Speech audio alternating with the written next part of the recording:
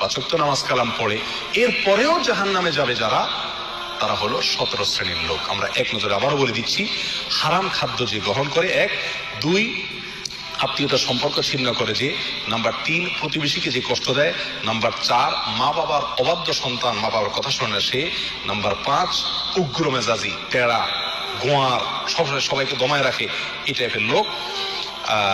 Number 6 অধীনস্থদেরকে, প্রজাদেরকে, যে সমস্ত শাসকেরা, যে সমস্ত রাজারা, যে সমস্ত রাষ্ট্রপ্রধানেরা, সরকার প্রধানেরা বা যে যে লেভেলে আছে সে তার প্রজাদেরকে ধোঁকা দেয় যে তারা। নাম্বার 7 অন্যের সম্পদকে অন্যায়ভাবে আত্মসাৎকারী ব্যক্তি। নাম্বার 8 উপকার করে কারোর খোঁটা দেয় যে ব্যক্তি, সে জান্নাতে যাবে না।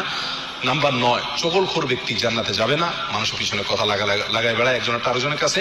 নাম্বার 10 অন্যকে নিজের পিতা হিসাবে, নিজের বাবাকে না বলে পরিচয় না দিয়ে অন্যকে নিজের বাবা হিসাবে, পিতা হিসাবে